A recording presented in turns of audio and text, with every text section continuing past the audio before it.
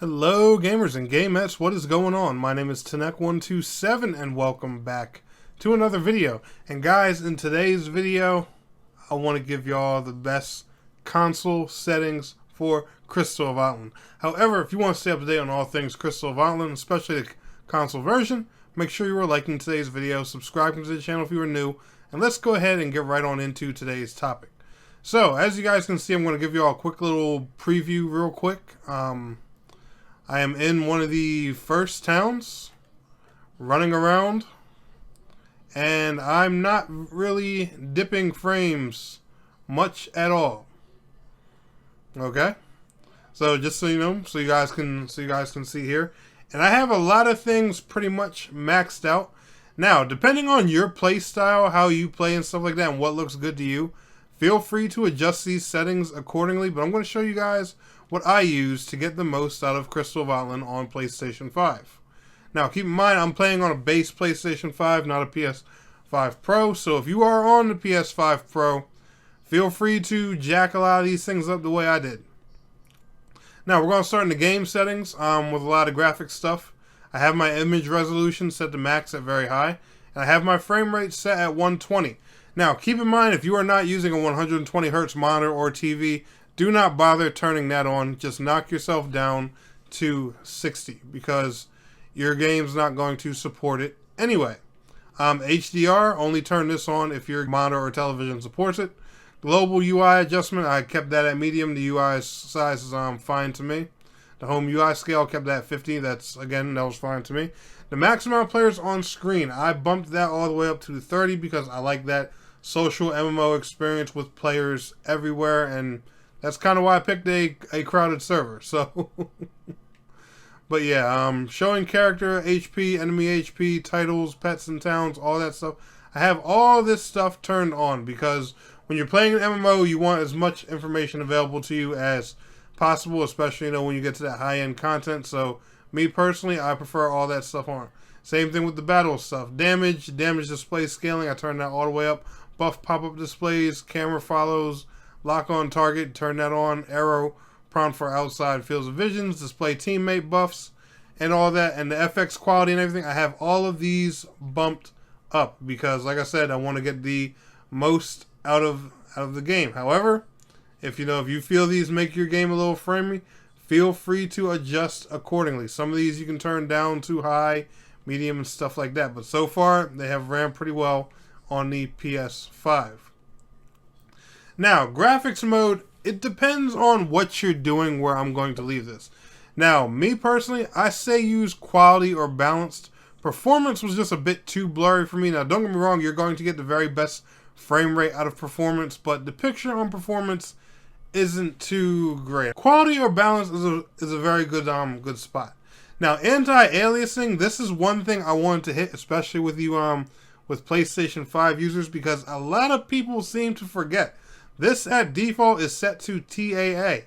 No, turn it on FSR 2. That is Fidelity Effects Super Resolution 2, the brand new AMD Fidelity Effects software that was released for AMD GPUs and stuff like that. Remember, our consoles, PlayStation 5, PlayStation 5 Pro, Xbox Series X and S, they all use Fidelity SFX Resolution 2. So make sure you guys take advantage of that.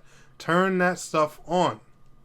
Alright, so FSR 2, that's hands down going to be the best anti-aliasing system for PlayStation 5. Like I said, all these special goodies, I got these turned all the way up. But again, to each their own. If you want the very best, high quality, super visual experience out of your PlayStation 5, because remember, at the end of the day, Crystal of Atlan's a mobile game. So feel free to push this game playing it on a console or high-end PC. PC players are a little 120 FPS. Trust me, they're laughing at us right now playing at 200 FPS or more. Now, the camera, this is up to you, just to see how you like things.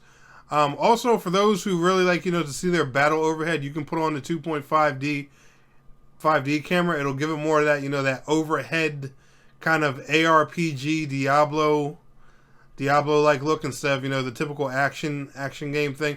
But this right here is going to be good for, bigger multiplayer fights, raids, and stuff like that, this is actually a pretty good viewpoint for an MMO. When I'm raiding in certain games, this is usually the point of view that I use. Now we're going to go ahead and set that back to here. Auto lock on, that's completely up to you. I have that on just, so I target the bosses and everything right away. Smart attacks, I'm not using any of that. Drag to switch lock on targets, I have that off. Target enemies out of range, I wouldn't have that on either. I mean, they're out of your range. Why care? Sensitivities and everything and stuff like that, that's all up to you. Default camera distance, I would turn that up. Turn it up just a bit, like I said, so you guys can see everything that's around you. Disabling camera blur, make sure you turn that on. You want to see everything as much as possible. And like I say in all my videos, motion blur, it makes games look weird. I don't mess with any of that. Volume, I only have my master volume turned low right now so I can actually record this commentary. The in-game music was very loud, so I turned that up a bit. I turned that down a bit, but make sure you have these set to whatever is comfortable for you. That really ain't a big deal. Language, we don't need to go too much with that. Keys, button, you can completely customize your buttons. So by all means, if there's a specific action game you want to model your controls by to make the game play feel more comfortable for you, feel free to do that. Me personally, I like attacking with square. I like my light attacks with square, my heavy attacks with triangle, like typical action games like Devil May Cry, Final Fantasy 16, and stuff like that. So the controls on the game actually work for me. And guys, that is going to pretty much wrap it up for what I think the best settings are for PlayStation 5.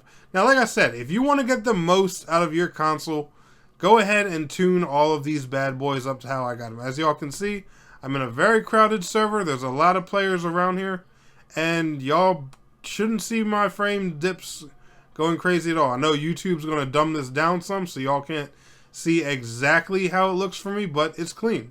Y'all see players popping in and out, running around everywhere, talking to NPCs and stuff, and I'm not really dealing with any frame drops. There's a little bit of hitching here and there when people just magically load into an area or pop in, but other than that, it runs smooth and just great. But yeah, guys, let me know how you're enjoying Crystal of Atlan down in the comments below. By the way, I am on the server Sighing Wind 01 on the North American and EU servers, and my character's name is Keysworn, Kisworn.